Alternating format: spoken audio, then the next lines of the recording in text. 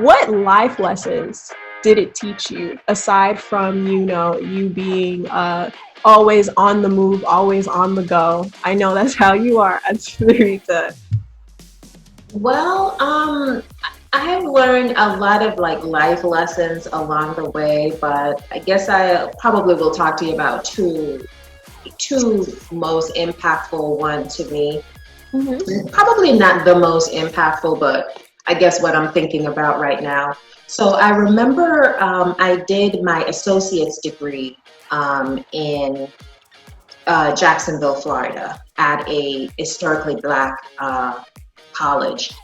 So I was there and I was in English class. And so my instructor, she had a trilogy of books about angels battling demons. And we were supposed to write papers on these books.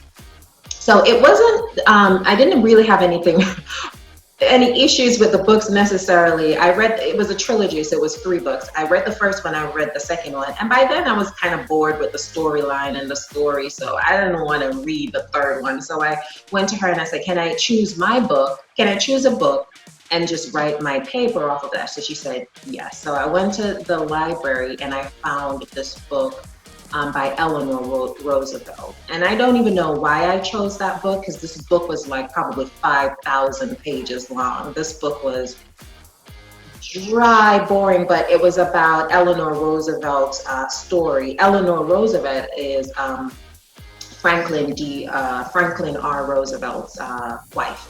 Mm-hmm. So he was one of the presidents for the United States. So, and this lady, she was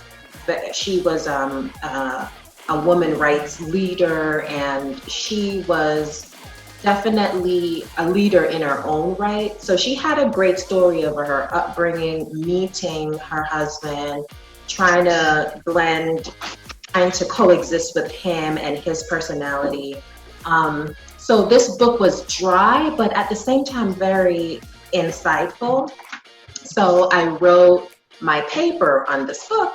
So my teacher, she called me up and she's like, you didn't write this paper. I don't think you wrote this paper. I said, I wrote the paper. She's like, no, not you, not you. She said, so she went through the paper with me and she read a few lines that I had written. And she said, you don't even talk like this. You don't even talk like this. There's no way you could write this. So the funny thing was, I really didn't talk like that, because back then I was like fresh off the boat from Yeah. fresh off the boat. Jamaica said like, Iron man, yeah man. I saw my name Sarita. Yeah. Oh my goodness. Oh. Patois was rough. Because actually, I went right after migrating to the United States. I started going to college 4 months later. So this woman met me 4 months after being in the country. Mm-hmm. So my accent was, she probably couldn't understand half the things I was saying, but in her mind, she's like, I can't, what I see when I look at you is not what I'm reading. So there's no way you could write this. So me and her battled for a little bit. It even went to the school dean, principal, some things. And so it went higher up. But what I learned from that was I was thinking to myself, assessing the situation one time, and I was like, why does she feel like I didn't write it? I mean, what about me that she thinks that paper couldn't come out of me? Well, the issue was the paper was really good. Yeah. So she's like, oh, the paper is too good for her. So what I realized in that is, when you know you have something, like all of us have something, all of us were gifted with, so God sent us here with a gift that's unique to us. And that gift that you have, you should not waste any time trying to convince other people that you have that gift inside of you. Because let me tell you why. You don't need to waste any energy on the other person.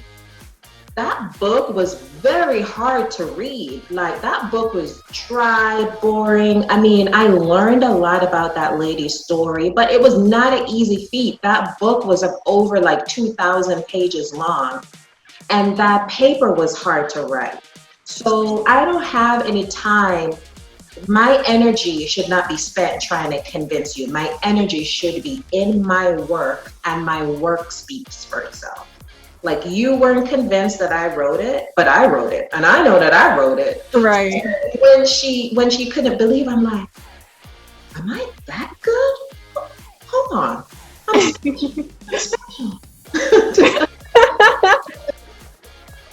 Because, you know, people always talk poorly about bad teachers. She did something for me. Like, she really boosted my self-esteem, because she made me realize that I was so good. She couldn't even believe it. So in some people will have a bad teacher, and the teacher will say, you're not this, you're not that. And they internalize it and they believe it, rather than like rising to the occasion and say, I'm going to prove to you that I am something special. I am whatever. Or if in my case, the teacher didn't believe, like, make sure that you are aware that this is inside of me. This is no mistake. What they don't believe about me is true.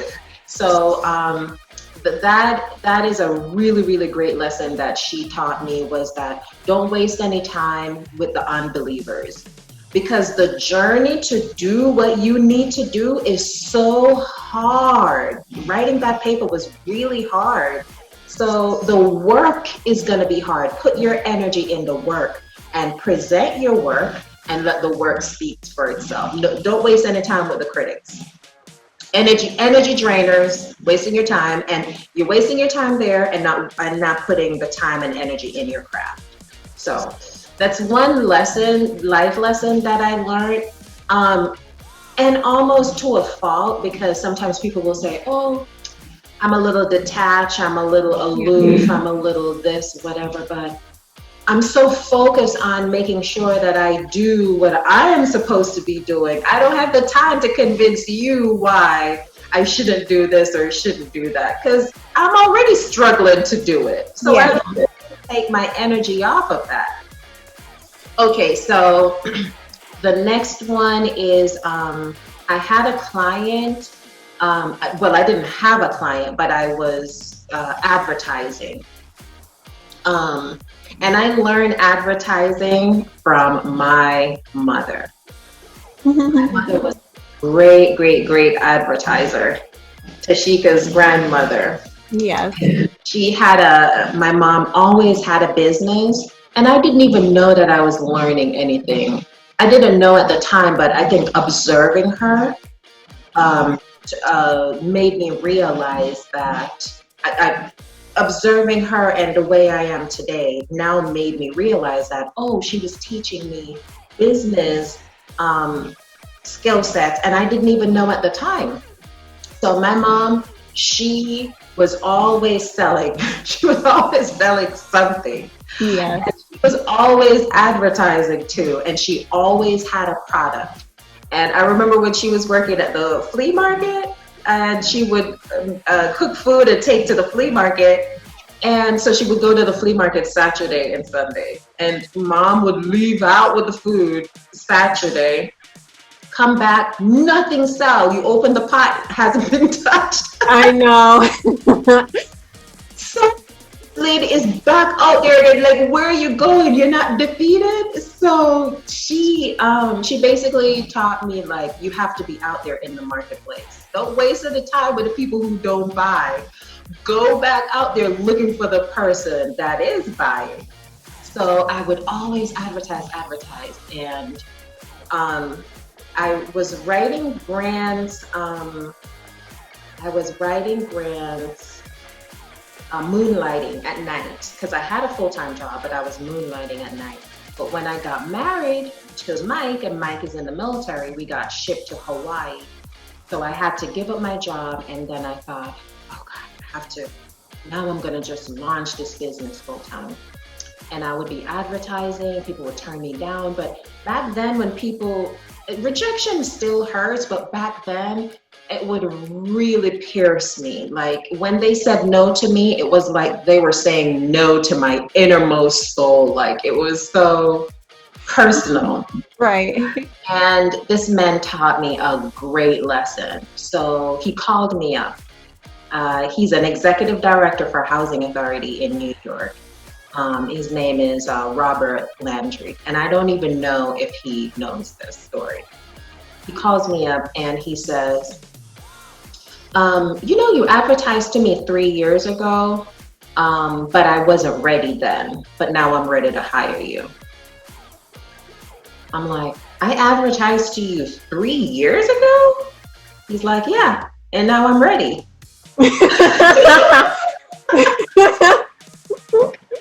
Oh my goodness. Were you constantly? I was constantly advertising. But the first time I contacted him was 3 years ago. He wanted to, but he wasn't ready for whatever reason. You'll reach out to an organization. They're not ready. They're probably a newly hired person. Right. They probably lost some members of their team. They probably don't have funding. They probably don't have the time. They probably have personal issues they can't take. They don't have the mindset to do it. But the interest is there. So what you need to do, which is what my mom taught me, is that you need to be at the flea market with your food when they're hungry. I agree. That's when you're there. So when they pass you back and forward Saturday and Sunday and they don't buy, they see you. They're just not ready to buy yet. But because you're constantly there, when they're hungry, they're going to come to you because they know that lady's there with her pot of food every Saturday, every Sunday. So now that my belly is grumbling, I need some food. I need to go over there. So that's what that taught me, was when he said 3 years ago, I kept in his face. I would constantly advertise to him year after year after year after year. This is available. Do you want it? This money is available. Are you going to apply? This money is available and you're eligible for it. Give it a chance. And I just kept at him. 3 years later, he called me up. That blew my mind because I took these rejections so personal. He had other issues why he didn't hire me. It had nothing to do with me. It was, and maybe it will have something to do with you, but that's not even the point, because the ones who don't like you isn't even your issue, because the one who do like you, they passed other people that they didn't like to get to you. So everybody will get their share. Just make sure that you get the share that you want and work for it. So that life lesson was just that. Don't waste any time on the rejections. You're going to get rejected. You're going to get rejected. There is no doubt about it. Right. But what you do is stay consistent, stay persistent, stay visible so that they can see you, so that when they are ready, they know where to find you. Put out your podcast whenever you have decided, based on your plans, that you need to put out your podcast, so that they know that this podcast is coming out and this is a way for me to get educated, get insight, get information. And so they know it's there, and you should always have it there.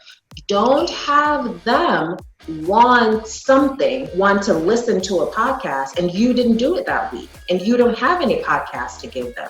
You have to be in the flea market every Saturday, every Sunday when it's open, so that when they're hungry, they know to come to you for food. Mrs. Sweeta, you are always sharing such a positive light when it comes on to feeling like you're not seen enough when you have your business, when you're doing your work, you know what I mean? When you're doing your homework, you feel like your parents aren't seeing you enough, but you're always going to have one person that sees you. And that Mm-hmm. reminds you that, hey, you're doing good. Keep on doing it. And you've always been that person to remind me and remind others that I see you doing your stuff. Just keep on doing it. Mm-hmm. Because if you stop, then that's where you feel like you failed yourself. Yeah, very, very, very true. And sometimes when the person isn't seeing you, they're not seeing you because they're looking at something. They're not seeing you because they're looking at something in that moment. Not that you're not important. I remember I had a friend and she called me and I knew she called me. I saw the missed call, but I didn't call her back. So I think not, I didn't call her back immediately. I probably called her back a few days later. So when I called her back a few days later, she says, I was calling you, like she was saying, I called you 4 days ago or 5 days ago, whatever. I said, yeah, I know. I was doing something. You think I was floating on a cloud? If you don't see me, I'm working, I'm working out, I'm washing dishes, I'm taking my car. Like, there's things that I have to do. You're important to me, but believe me, I am doing other things. So, not to say if it's not an emergency or something like that. If it's an emergency, leave a message that's an emergency. Send a text, this is an emergency. But if it's a call to chit chat and whatever, I am doing something. So don't put that pressure, people shouldn't put a pressure on the relationship that the person has to be a certain way for you. And my nephew Andre taught me that lesson because, as you know, our nephew, your cousin, he's autistic. Hmm. And he will, well, the way it is now, way medicine is now, he will not be something that he will not be able to function the way like a normal person would be able to function. He won't be independent as of now. If science change, if medicine change, definitely he will be able to be independent. But he will not be independent right now. He will always be dependent as of right now. Yeah. Um, I was thinking to myself about him, assessing him one time, and I thought to myself, um, when when we have people in our lives and we're making demands on them, we don't realize that they're limited in their own way. They probably don't have a huge disability that you can recognize called autism, but they have a disability. They also have patience issues or time management issues or anger management issues or issues with whatever they're battling or trying to overcome. Don't make that demand on them. That it would be like making a demand on Andre that in, instead of being autistic and being dependent on me all the time, be independent. How are you going to come to me to say I should tell you a joke? I'm not a funny person. I'm not. How are you going to come to me and say these things that are not innate to my personality and the way I was made? Don't make that demand on people. Help them to be the fullest version of themselves. Don't make that demand on them because you wouldn't like for them to make these demands on you that are outside of your way of being.